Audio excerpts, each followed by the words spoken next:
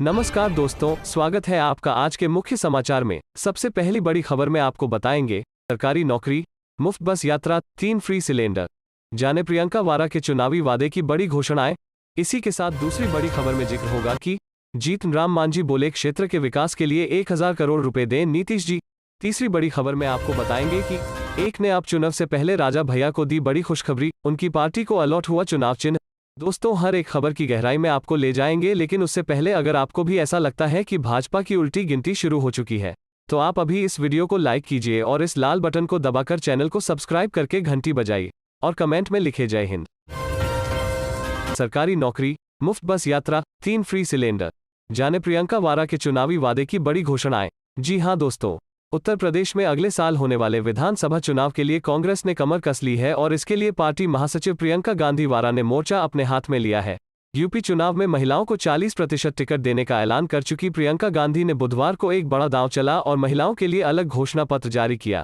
प्रियंका गांधी ने महिलाओं के लिए कई घोषणाएं की।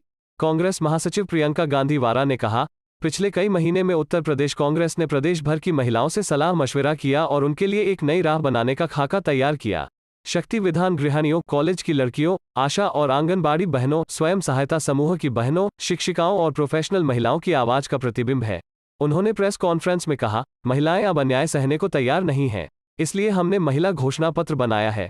इसके 6 हिस्से हैं: स्वाभिमान, स्वावलंबन, शिक्षा, सम्मान, सुरक्षा और सेहत। प्रियंका वारा ने कहा, उत्तर प्रदेश की मेरी प्रिय बहनों, आपका हर दिन संघर्षों से भरा है। कांग्रेस पार्टी ने उसको समझते हुए आपके लिए अलग से एक महिला घोषणा पत्र तैयार किया है। कांग्रेस पार्टी की सरकार बनने पर सालाना भरे हुए 3 सिलेंडर मुफ्त दिए जाएंगे। प्रदेश की सरकारी बसों में महिलाओं के लिए यात्रा मुफ्त होगी। उन्होंने आगे कहा, ग्रेजुएशन में पढ़ने वाली लड़कियों को स्कूटी मिलेगी। परिवार में पैदा होने वाली प्रत्येक बालिका के लिए एक एफडी बनवाई जाएगी। हमने पुलिस बल में 25% महिलाओं को नौकरी देने की घोषणा की है। चलते हैं अगली खबर की तरफ। जीतन राम मांझी बोले क्षेत्र के विकास के लिए 1000 करोड़ रुपए दें नीतीश जी। जी हां दोस्तों, बिहार के पूर्व मुख्यमंत्री सह हम पार्टी के राष्ट्रीय अध्यक्ष जीतन राम मांझी के बयान से एक बार फिर से सियासत गर्मा गई है। भाजपा और जदयू नेताओं को संभलकर बोलने की सलाह देने वाले मांझी खुद ऐसा बोल गए जो सत्ता पक्ष के लिए चिंता बढ़ाने वाला है।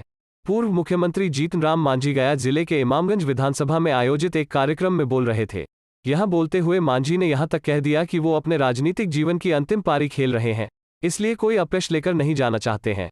उन्होंने मुख्यमंत्री नीतीश कुमार को कहा कि क्षेत्र के विकास के लिए 1000 करोड़ रुपए दे दीजिए, वरना हम आपकी पार्टी में नहीं हैं, गठबंधन में हैं, चमक गए तो सोच लीजिएगा। पूर्व सीएम सोमवार को इमामगंज के पथरा गांव में डा. परमेश्वर प्रसाद और उनकी धर्मपत्नी यशोदा देवी की प्रतिमा का अनावरण करने के बाद आयोजित कार्यक्रम में बोल रहे थे। उन्होंने कहा कि मैं अपनी राजनीति की अंतिम पारी खेल रहा हूं और इसमें एक यश लेकर जाना चाहता हूं कि जो करना था किया, उससे संतुष्टि होगी। मांझी ने कहा कि हमने मुख्यमंत्री नीतीश कुमार से इस क्षेत्र में सिंचाई के लिए डैम, आहर, नहर के लिए 1000 करोड़ की मांग की है। यदि 1000 करोड़ रुपए नहीं दिए गए तो वो फिर एक बार सीएम के पास जाएंगे और उनसे पैसे देने को कहेंगे। फिर भी नहीं दिए तो कहेंगे कि हम आपकी पार्टी में नहीं हैं, गठबंधन में हैं, कहीं हम चमक न जाएं इसके चलते, तो फिर समझ लीजिएगा। लगे हाथों मांझी ने यह भी कह दिया कि इसकी नौबत नहीं आएगी, नीतीश कुमार उनकी बातों को मानेंगे। चलते हैं अगली खबर की तरफ। एक ने अब चुनाव से पहले राजा भैया को दी बड़ी खुशखबरी, उनकी पार्टी को अलॉट हुआ चुनाव चिन्ह। जी हां दोस्तों, उत्तर प्रदेश विधानसभा चुनाव 2022 को लेकर सभी राजनीतिक दलों ने अपनी तैयारियां तेज कर दी हैं। यूपी में सियासी जमीन ढूंढ रहे राजा भैया की पार्टी जनसत्ता दल लोकतांत्रिक को भारत निर्वाचन आयोग ने चुनाव चिन्ह दे दिया है। एक ने राजा भैया की पार्टी को आरी चुनाव चिन्ह आवंटित किया है। राजा भैया ने ट्वीट के जरिए इस बारे में जानकारी दी। उत्तर प्रदेश विधानसभा चुनाव 2017 में जब राजा भैया चुनाव लड़े थे तो उस समय उनका चुनाव चिन्ह आरी ही था। 3 दशक पहले 1993 में राजनीति की शुरुआत से लेकर 2017 तक राजा भैया निर्दलीय प्रत्याशी के रूप में प्रतापगढ़ जिले की कुंडा विधानसभा सीट से लगातार चुनाव जीतते आए हैं। राजा भैया अपनी 3 दशक की राजनीति में भले ही पहली बार दलीय राजनीति में उतर रहे हों, लेकिन भाजपा और सपा से उनके नजदीकी रिश्ते रहे हैं।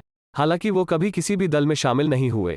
दलीय राजनीति में उतरे तो अपनी पार्टी बनाकर। भाजपा और सपा से राजा भैया के मधुर रिश्तों की बानगी इसी बात से मिलती है कि वह कल्याण सिंह, राम प्रकाश गुप्ता, राजनाथ सिंह से लेकर मुलायम सिंह यादव और अखिलेश यादव की सरकार में कैबिनेट मंत्री रहे हैं। नजदीकियां भले ही हों, लेकिन दोनों दलों ने राजा भैया के प्रभाव वाली सीटों पर अपने प्रत्याशी उतारते रहे हैं।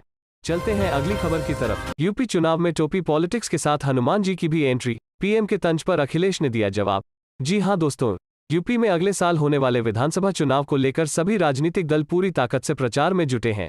इस बीच मंगलवार को गोरखपुर में खाद कारखाना और एम्स के उद्घाटन के लिए पहुंचे प्रधानमंत्री नरेंद्र मोदी ने समाजवादी पार्टी पर हमला बोलते हुए लाल टोपी वालों को यूपी के लिए खतरे की घंटी बता दिया था। आज सपा के राष्ट्रीय अध्यक्ष और पूर्व मुख्यमंत्री अखिलेश यादव ने इसका जवाब देते हुए कहा कि लाल रंग तो हनुमान जी का है। इस तरह यूपी चुनाव में अब टोपी पॉलिटिक्स के बाद हनुमान जी की भी एंट्री हो गई है।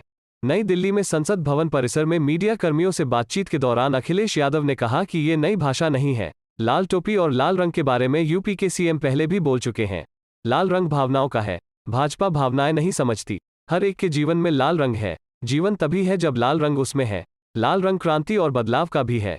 सुंदरता को बढ़ाने वाला रंग है। जो इसे इस्तेमाल करता है वो अच्छा दिखता है। ये सद्भावना का भी रंग है। भगवान और देवी देवताओं में भी लाल रंग दिखता है। हनुमान जी का रंग लाल है। सूरज का रंग लाल है। लाल रंग रिश्तों का है। शायद रिश्ते भारतीय जनता पार्टी नहीं समझती है। इसके पहले कल भी अखिलेश यादव ने पीएम मोदी के तंज पर कड़ी प्रतिक्रिया दी थी। चलते हैं अगली खबर की तरफ। क्या कोरोना की थर्ड वेव का निशाना बनेंगे बच्चे? WHO की रिपोर्ट और ओमाइक्रॉन से डरावने संकेत। जी हां दोस्तों, कोरोना का ओमिक्रॉन वेरिएंट दुनिया के कई देशों में अपने पैर पसार चुका है। ऐसे में बड़ा सवाल फिर से बच्चों के वैक्सीनेशन को लेकर है। वहीं आशंका ये भी जताई जा रही है कि क्या कोरोना की तीसरी लहर का बच्चे शिकार बनेंगे। दरअसल दुनिया भर के डॉक्टरों और हेल्थ एक्सपर्ट्स ने एक क्लिनिकल रिपोर्ट विश्व स्वास्थ्य संगठन को सौंपी है, जिसमें कहा गया है कि दक्षिण अफ्रीका में 2 साल से ऊपर की उम्र वाले बच्चों के भर्ती होने की संख्या बढ़ी है। ऐसे में ये आशंका है कि ओमिक्रॉन बच्चों के लिए खतरनाक हो सकता है। ये भारत के लिए भी खतरे की घंटी है, क्योंकि भारत में अभी केवल 18 से ऊपर की उम्र वाले लोगों का ही वैक्सीनेशन हो रहा है। WHO की इसी ग्रुप ऑफ एक्सपर्ट ने कहा था कि जो लोग वयस्क हैं उनमें फिलहाल ओमिक्रॉन के मामूली लक्षण देखे गए हैं। ज्यादातर संक्रमित लोग एसिम्प्टोमेटिक हैं। वहीं ठीक एक दिन पहले WHO के यूरोप ऑफिस ने भी बताया था कि 5 से 14 साल के बच्चों में संक्रमण तेजी से बढ़ रहा है। WHO यूरोप के regional director doctor Hans Kluge ने कहा यूरोप के कई देशों में बच्चों में इन्फेक्शन के मामले 2 से 3 गुना बढ़ गए हैं। हालांकि उन्होंने ये भी कहा कि बुजुर्गों, हेल्थ केयर वर्कर्स और कमजोर इम्यून सिस्टम वाले लोगों की तुलना में बच्चों को कम गंभीर संक्रमण का सामना करना पड़ रहा है। अब तक दुनिया भर के 21 देशों में 432 ओमिक्रॉन वेरिएंट के मामले सामने आ चुके हैं। दक्षिण अफ्रीका में जिस तरह बच्चे भर्ती हुए हैं, उससे एक बात तो स्पष्ट है कि कोरोना की बच्चों में गंभीरता देखी जा रही है। वहीं दक्षिण अफ्रीका के मामले में ग्रुप ऑफ एक्सपर्ट ने कहा कि यहां गुआंगटिंग प्रोविंस में मामले बढ़े हैं, हालांकि नॉर्दर्न केप अपवाद रहा। वहीं ग्रुप ऑफ एक्सपर्ट ने WHO से कहा है कि एसजीन टारगेट फेलियर का एनालिसिस इस सप्ताह तक हो जाएगा। ग्रुप ऑफ एक्सपर्ट ने यह भी कहा है कि जिस तरह केस बढ़े हैं उनको बिल्कुल भी अनदेखा न किया जाए। यहां पूरी तैयारी रखें। सपा और रालोद की संयुक्त रैली में उमड़ा जनसैलाब, भीड़ देखकर गदगद हुए अखिलेश। जी हां दोस्तों, उत्तर प्रदेश में विधानसभा चुनाव को लेकर आज समाजवादी पार्टी के मुखिया अखिलेश यादव और राष्ट्रीय लोकदल के राष्ट्रीय अध्यक्ष जयंत चौधरी ने महागठबंधन की संयुक्त रैली की। इस दौरान उमड़ी भीड़ को देखकर पार्टी नेताओं ने खुशी जाहिर की। अखिलेश ने रैली को सफल बताया है। उन्होंने जनता को संबोधित करते हुए कहा कि यह उमड़ा जनसैलाब बता रहा है कि आने वाले विधानसभा चुनाव में सपा की सरकार बनेगी। बता दें कि जब उत्तर प्रदेश में कांग्रेस का ही बोलबाला था, ऐसे में कांग्रेस की पकड़ को तोड़ने के लिए 1970 के दशक में किसान नेता चौधरी चरण सिंह ने जाटों और यादवों जैसी मध्यस्थ जातियों का गठबंधन बनाया था। इसका फायदा भी उन्हें 1974 के चुनाव में मिला और बहुजन क्रांति दल BKD 106 सीटें हासिल करके विधानसभा में दूसरे स्थान पर पहुंच गया था। 2002 के चुनाव के बाद वर्ष 2003 में एक बार फिर सपा और रालोद के बीच बने गठबंधन ने मुलायम सिंह यादव को मुख्यमंत्री बनवा दिया था।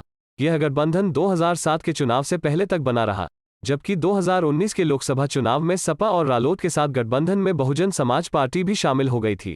राजनीतिक विशेषज्ञों का मानना है कि 2022 के चुनाव के लिए किया गया यह गठबंधन खास तौर पर पश्चिमी उत्तर प्रदेश के चुनावों को काफी प्रभावित करने वाला होगा। इस क्षेत्र में यादव, जाट और मुस्लिम की बहुलता है जो मिल जाने पर वोटों में परिवर्तित हो सकती है। देश में बढ़ती महंगाई व अन्य मुद्दों के खिलाफ कांग्रेस का संसद घेराव। जी हां दोस्तों, दिल्ली में कांग्रेस ने महंगाई के खिलाफ अपना विरोध दर्ज कराया, जिसमें कांग्रेस के कई वरिष्ठ नेता शामिल हुए। यह प्रदर्शन जंतर मंतर पर हुआ और केंद्र और राज्य सरकार के खिलाफ जमकर हमला बोला गया।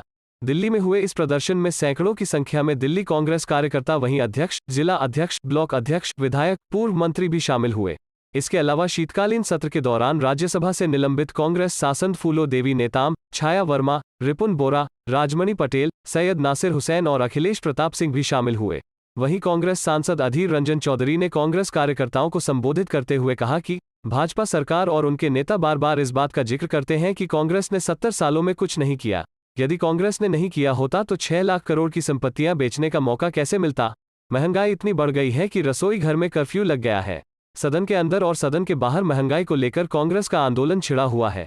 दिल्ली में कांग्रेस की एक बड़ी महंगाई हटाओ रैली होनी थी, लेकिन सरकार को लगा इससे मुसीबत खड़ी हो जाएगी। इस दौरान कांग्रेस ने महंगाई के मुद्दे के अलावा दिल्ली में महिला सुरक्षा, किसान आदि मुद्दों को उठाकर सरकारों को घेरने की कोशिश की। दिल्ली कांग्रेस अध्यक्ष अनिल चौधरी ने कहा कि दिल्ली में जिस तरह महंगाई बढ़ रही है, यह दिल्ली की जनता की कमर तोड़ रही है। केजरीवाल सरकार लोगों को सिर्फ गुमराह कर रही है, न कोरोना काल में मदद की और न अब दिल्ली को सुधारने की तैयारी कर रही है। दरअसल इससे पहले कांग्रेस केंद्र सरकार को घेरने के लिए द्वारका स्थित मैदान में एक बड़ी रैली आयोजित करने की योजना थी, लेकिन दिल्ली पुलिस ने इजाजत नहीं दी। हालांकि इस मसले पर भी कांग्रेस नेताओं ने प्रदर्शन के बीच से जमकर कोसा और कहा कि यह सरकार का डर है जो कांग्रेस को रैली नहीं करनी दी, लेकिन कांग्रेस आम जनता की आवाज उठाएगी और अब हम राजस्थान के जयपुर में एक बड़ी रैली आयोजित कर रहे हैं।